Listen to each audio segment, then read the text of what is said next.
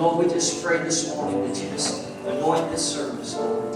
That you just move in this house.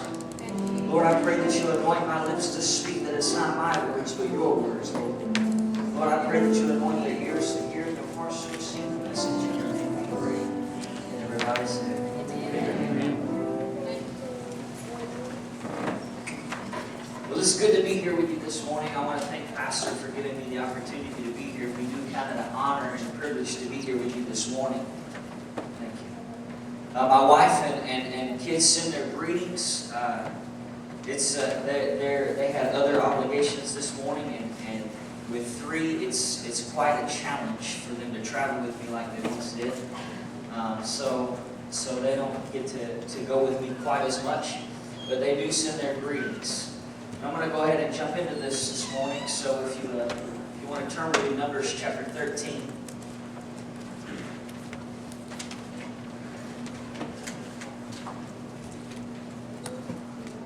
Chapter 13, beginning in verse 1.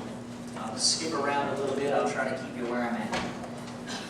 The Lord said to Moses, "Send some men to explore the land of Canaan, which I have given to the Israelites. For each ancestral tribe send one of its leaders." So at the Lord's command, Moses sent them out of the desert of Paran. All of them were leaders of the Israelites. Verse 17. When Moses sent them to explore Canaan, he said, "Go up through the Negev and on to the hill country. See what the land is like, whether the people who live there are strong or weak, few or many. What kind of land do they live in? Is it good or bad? What kind of towns do they live in? Are they unwalled or fortified? How is the soil? Is it fertile or poor? Are there trees in it or not? Do your best to bring back some of the fruit of the land." So they went up and explored the land from the desert of Zin as far as Rehob toward Lebo-Hamath. And when they went up through the Negev, they came to Hebron, where Ahim, Sheshai, and Talmai, the descendants of Anak, lived. When they reached the valley of Eshcol, they cut off a branch bearing a single cluster of grapes, and two of them carried it on a pole between them, along with some pomegranates and figs. The place was called the valley of Eshcol because of the cluster of grapes the Israelites cut off there. At the end of the 40 days, they returned from exploring the land, and they came back to Moses and Aaron and the whole Israelite community at Kadesh in the desert of Paran. And there they reported them in the whole assembly and showed them the fruit of the land. They gave Moses this account. "We went into the land in which you sent us, and it does in fact flow with milk and honey. Here is its fruits. But the people who live there are powerful, and the cities are fortified and very large. We even saw the descendants of Anak there. And the Amalekites live in the Negev, the Hittites, Jebusites, and Amorites live in the hill country, and the Canaanites live near the sea and along the Jordan." And then Caleb silenced the people before Moses and said, "We should go up and take possession of the land, for we can certainly do it." But the men who had gone up with him said, "We can't attack those people. They're stronger than we are." And they spread among the Israelites a bad report about the land they'd explored. They said, "The land we explored devours those living in it. The people we saw there of great size. We saw the Nephilim there. The descendants of Anak came from the Nephilim, and we seemed like grasshoppers in our own eyes, and we looked the same to them." These guys have went up to explore this land, and they had heard all the reports since they were little kids. They all heard the same stories, that one day they were going to receive this land. That one day God was going to give them this land that they were exploring. And they heard what Moses had said when God came to him and said, "Send them into the land which I'm giving." They all heard it. Everyone. From Joshua, Caleb, the whole group heard the same thing. But they got there and they looked at the things and they looked at what was going on and they said, "We can't do it." They looked at the outward appearance. They looked at the natural, and in the natural eye said, "It's impossible." They didn't take into account what God had promised them. They just looked at it and said, "We can't do it." They said, "They're stronger. There's giants there, and they're stronger than we are. The odds are stacked against us." They said they have large walled cities. These weren't small farm towns or little villages, but these were large metropolitan areas, so to speak. And each one of these cities that they went and explored, each one of them had its own military. The odds were completely stacked against them. But God has a way of turning the tables. Yes. When the odds are stacked against you, when you don't know how you're going to get past it, when you can't seem to get past the wall, God has a way of making a way when it seems like there is. They're stronger than we are. The walls are stronger than what we can overcome. Can't do it alone. We have a God that can turn the tables. Even though the odds were stacked against them, God had said He would give them the land. And even though the odds may be stacked against you this morning, God still has a plan. It's never, no matter how big the walls are, they're never too big for God. We serve a God who can turn the tables. When it looks impossible, when it looks as though we've lost it all, we serve a God who can turn the tables. I think about places in Scripture where God, it went against all odds for God to step in. And I think about David and Goliath. The odds were stacked against David. Goliath had trained since he was a little boy to be a man of war, to be a military fighting machine. David been out tending sheep. David was so looked down on his own family that they didn't even invite him to the supper when the priest came. He's just out there tending sheep. That's all he's good for. And Daddy sends him to go and check on his brothers, and he sees this guy down there taunting everyone, and he says, "What are y'all doing?" And then he decides he's going to fight him. And everyone's like, "You're crazy." They're telling him why he can't do it. And then as he starts to walk down the hill, his brothers start taking bets against him. 10 cheeses, he never makes it down the hill. 12 says he never makes it back. He's going against Goliath. He's going against this guy who's trained since he was a little boy. And Goliath even has someone carrying his shield. And David's walking out there with no armor. Just him and his sling. And the power of God. There you go. Amen. The odds were stacked against him. But God has a way of turning the tables. So much so that He let a rock right into the giant's head. Amen. He has a way of turning the tables. I think about Gideon. God comes to Gideon and says, "Oh, mighty warrior." And Gideon's like, I think he meant to call the guy next door. He's like, "I'm not a mighty warrior. I'm the least of the least of the least. I'm not a mighty warrior." And when God gets him past all that, and he finally gets past the point that he's not a mighty warrior, and so he gets all these guys around him, and they're going to fight a military that has 135,000 soldiers. And God says, "You got too many people around." And Gideon's like, "We're already outnumbered here." Gets down. He said, if you're scared, go home. And so they all go home, and then there's still too many, God says. He ends up with Gideon and 300. Gideon again is back where he was the night before, or the week before, when he said, "I'm not a mighty warrior." And he's saying, "God, I don't know if you know this or not, but that army that we're going to fight has 135,000 soldiers. We have 300. I don't know if you know this, God, but that's 1 in 450 odds." I'll take the 450 all day, please.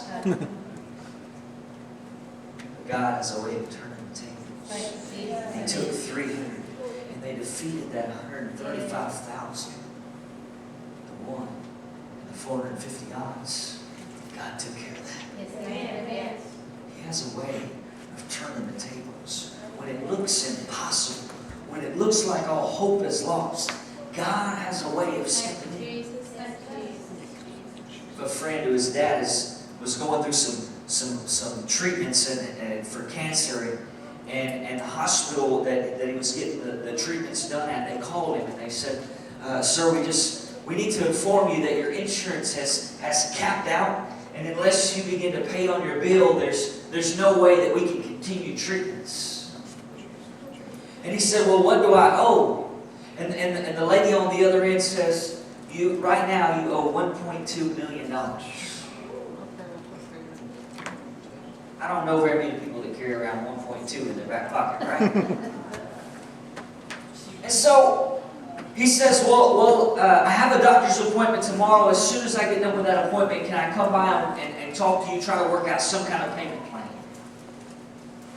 And so they said, that'll be fine. And so the next day he went in and he ended up talking to a different lady, not the lady that had talked to him on the phone. And he said, I got a phone call yesterday and they told me that I have a pretty substantial bill and I was just wondering if I could begin to pay out something, do some kind of payment plan so that I can continue to get my treatments. And so the lady pulls up his chart and she's looking at it and she had to call her manager to make sure it was correct. And she says, sir, someone came in this morning and paid their bill off in full. Not that it was forgiven by the hospital, but that it was paid in full. We're not talking about $100. We're talking about $1.2 million. But someone, God laid it on someone's heart, and they were obedient to what He was asking them to do. God has a way of turning the tables. He said, we can't do it. They're stronger than we are. And they spread a bad report among the people. There's always going to be those naysayers and the negative Nancy's in opposition when God begins to move. And they spread the report that there was no possible way that they could take the land. They didn't take into account the promise God had made them. They just saw the physical barriers and said it's impossible. You know, negative people can sometimes be the loudest in the crowd. Negative people, we all know that person who's just negative about everything, right? They just can't find the positive in anything. They're that person that if someone came up and handed them $1 million, they would say, well, I need it too. I know that lady. Just can't find the positive in anything. Just the most negative person I've ever met in my entire life. Just constant. I'm like, man, can't you see anything good in this situation? Just constant. But the problem is those negative people can become the loudest. Because we listen to them and we hear them. And when things get just a little bit tough, we say, well, maybe they were right. Well, they said it would never work. Maybe they were right. They said we would never get past it. Maybe they're right. They said we'd never get any better. They said we'd never grow. Maybe they were right. And there will be people who will give you the 147 reasons of why it'll never work. And why the promise God has given you will never come to pass. And how the resources will never be there. But all I need is one reason why. Amen. That's right. Amen. But God. That's right. When things get bad, when things looked hard, when things looked impossible throughout Scripture, but then it says, but God. Joseph looking at his brothers in Genesis chapter 50, and they're begging for forgiveness, and he said, you intended it for harm, but God intended it for good, for what's now being accomplished in the saving of many lives. It says that Saul sought out to kill David time and time again, and it says, but God spared. Yes, thank you, Jesus. But God, when things look bad, when you don't know how you're going to get past it, but God. Thank you. But God. But God. Jesus looked at his disciples in Matthew chapter 19 and he said, with man this is impossible, but with God all things are possible. When it looks impossible, when the walls look too big, I know a God who can turn the tables.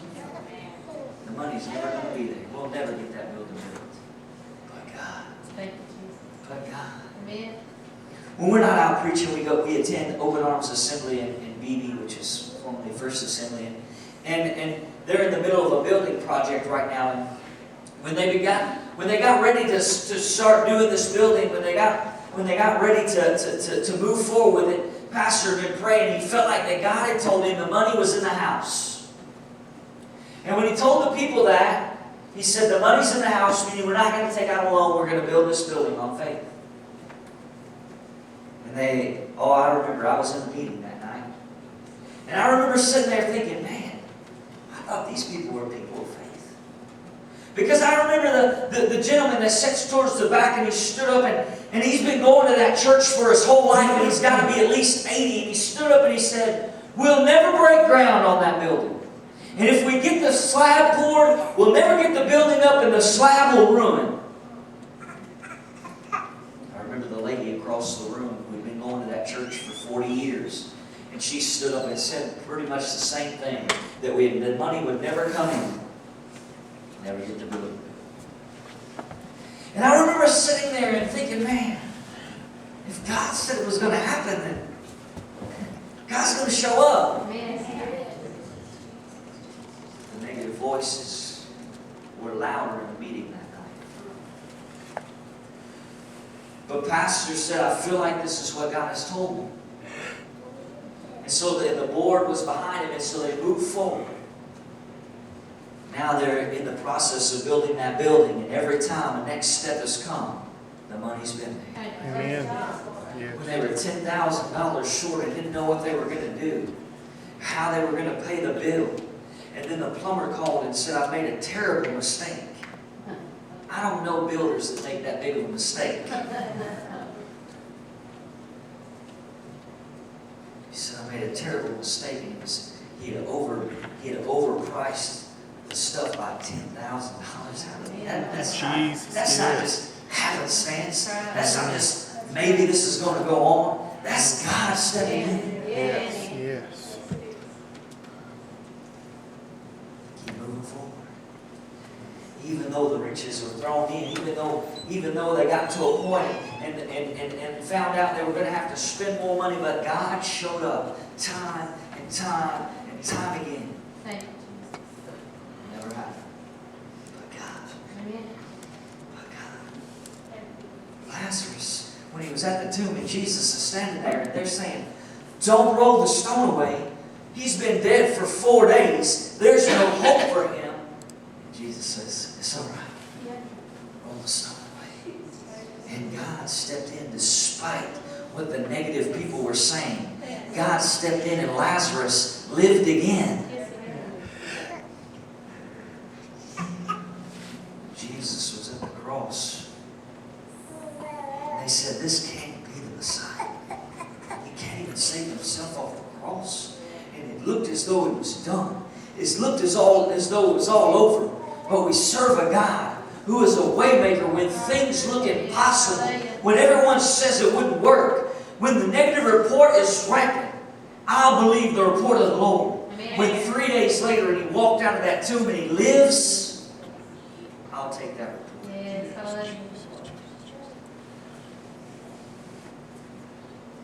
When the negative people say it'll never happen, I'll take it with God's report. Yes. There was a couple that had tried to have a baby for years, and for years the doctors had given them the same report. It never happened. The doctors told them that it was impossible, that they would never have a baby. Never happened. June of this year, the wife told the husband, "I tested positive." And so they went to the doctor when it was time, and they should have been able to find the heartbeat, and they couldn't find the heartbeat. And the doctors were looking at them, and they were telling them, "It's impossible." They said, "It's probably what is happening right now is you're having what they call a phantom pregnancy." And they said what happens is everything tests positive. Everything looks as though you're pregnant, but you're really not. And this is the report that they were hearing. But see, a year before that, God had spoken into their lives and said that they would have a child.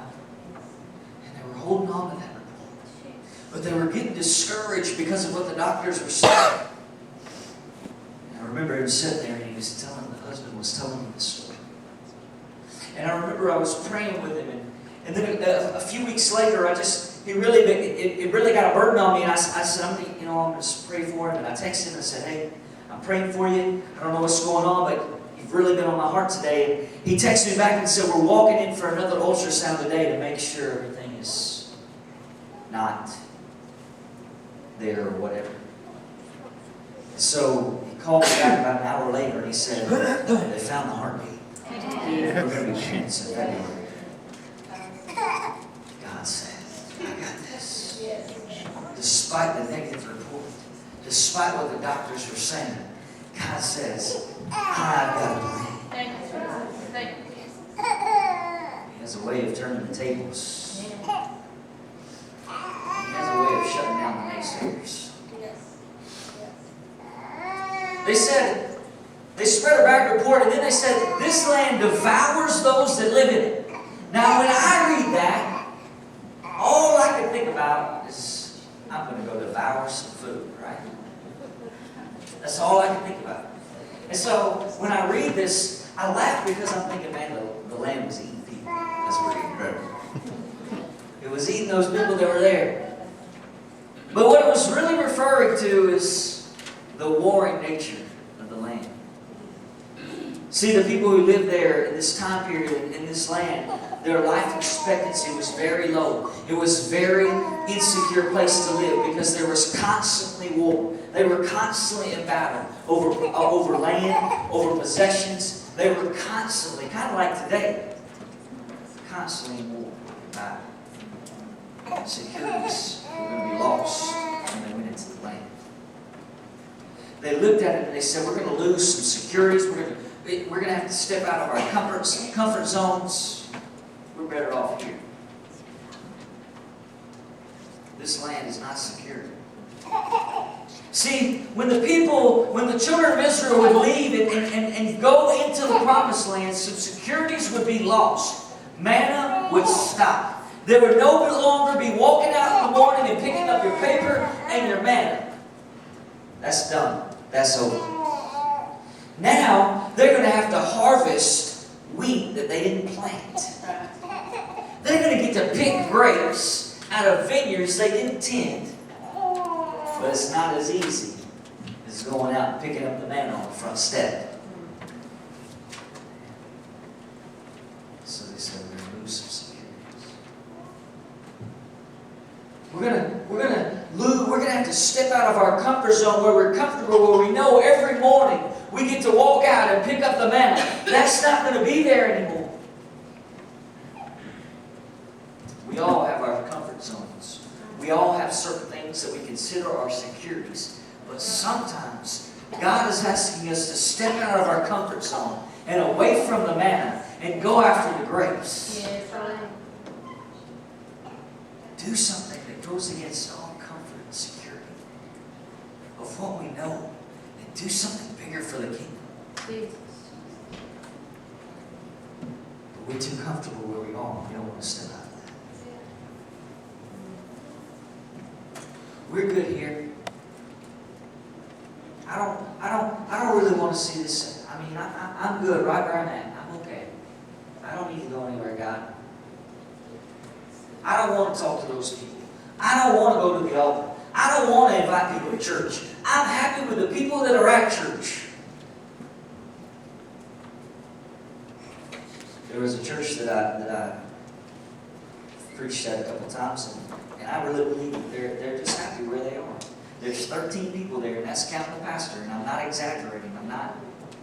That's how many people are there. And they're perfectly happy with that. I'm like, you guys are in a community right across the street from a huge subdivision, and y'all have 13 people here? There's a problem. But they're comfortable where they are, and they don't want to step out of their comfort zone. Because it's easy. We don't. God wants us to get out of our comfort zone so we can do something bigger in our lives. You know, God has asked me to step out of my comfort zone time and time again, and He's never done it when it was easy. Every time He's asked me to step out of my comfort zone, I'm like, Every time, the reward is great.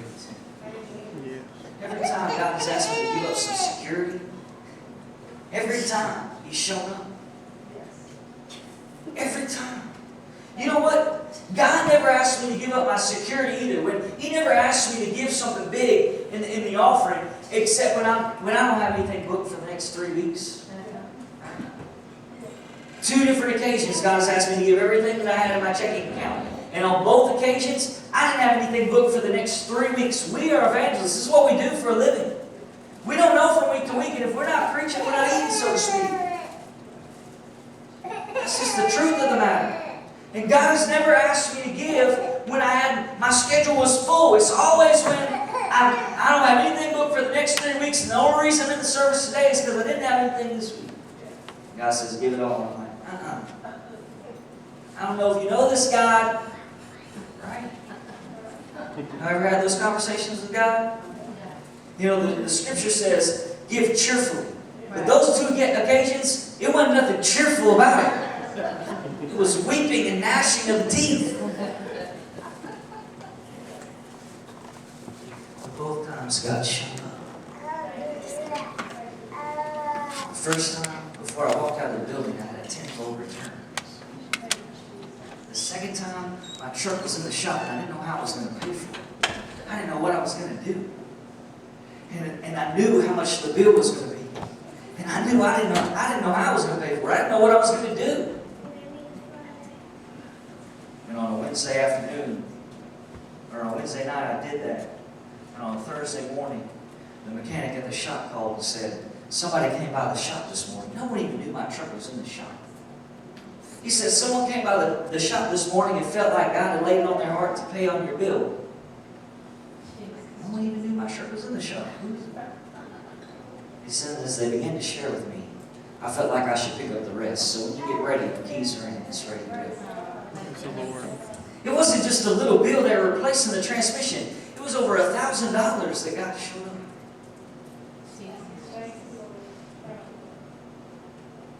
Sometimes He's wanting us to step out of our comfort zone so He can give us some grace.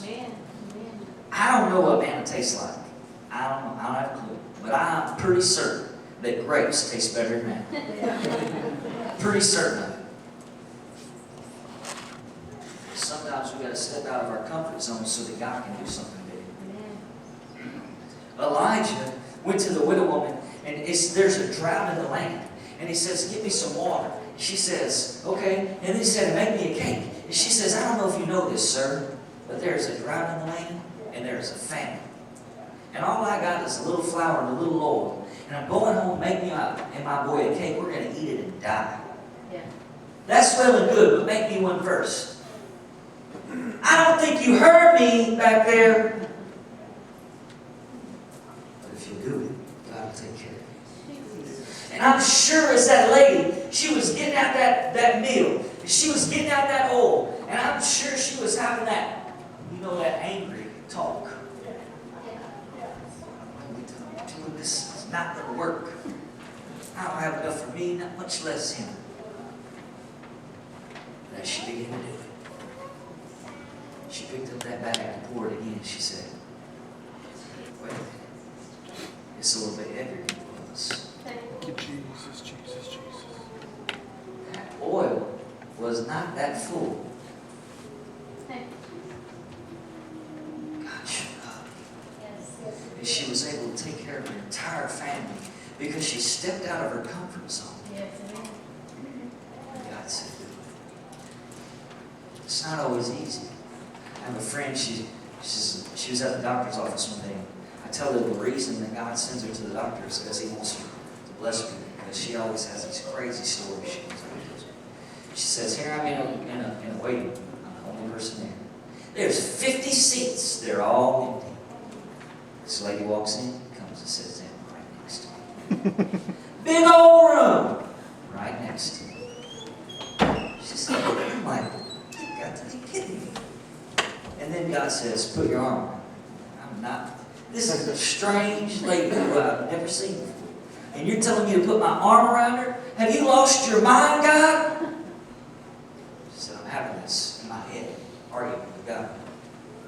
She said, finally I did it. I said, is everything all right? And the lady began to break. The doctors had just given her a terrible report. She had no one to talk to about it. This lady was able to pour into her life because she stepped out of her comfort zone.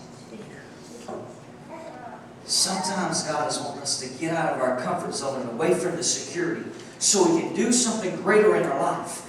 Those guys wouldn't have had to wander around in the desert for 40 years picking up manna if they would have just done what God was asking them to do. If they would have just stepped out of their comfort zone and said, okay, God, if you said we can take it, we'll take it. Yes.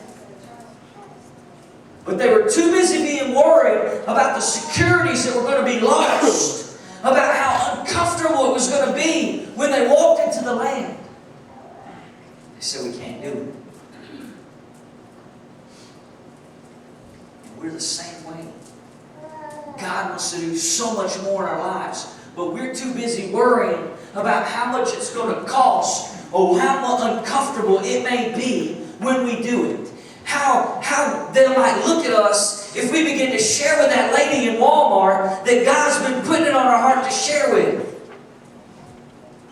Walking around the store and you see them. And God says, I want you to share with that person. You're like, and you keep on walking. And you turn the next aisle, and there they are again. 5 times. Everywhere you go, you keep seeing that person. God's giving you opportunity. You keep pushing it by. Jesus. And you can't do what He wants to do in your life because you're too busy staying in your comfort. We'll move on. Stop waiting for someone else to take the reins. If God's been dealing with you, do it. We'll move on. Jesus. They said we saw the Nephilim there, the descendants of Anak the giant. Now, when they said this isn't just, they weren't just saying a name. They weren't just, when they said Anak, the descendants of Anak, everybody knew who they were talking about. Anak was well known in this time. He wasn't just known in Canaan, he was known all over the world, so to speak. They found ancient Egyptian scrolls talking about Anak the giant. They found all these ancient scrolls from Canaan talking about Anak the giant. Everybody knew who Anak was. And everybody knew he was a giant. And everyone knew that not only was he a giant, but his kids were giants. They said, he's there. His kids are there. We saw him. The obstacles are too much for us to overcome. They're too giant. The odds are stacked heavy against us. But I know a God who can turn the tables. Amen. I know a God who can split seas and topple city walls. I know a God who can guide a rock into a giant's head, who can heal cancer and open deaf ears and give sight to blind eyes and cause the lame to walk. I know a God who is the provider of providers. I'm not scared of the Nephilim. I'm not scared of the giant. I just can't seem to break this. I can't seem to break this addiction. I just can't seem to shake it. I've tried everything. I just can't seem to overcome. I know a God. Jesus. I know a God who can save. Yes, hallelujah. What? You don't know what they did to me. I just can't forgive them after what they did to me. I just can't get past it. And the only one that's hurt is you. Because that person who's hurt you, that person who did those things to you, they've already forgot about it.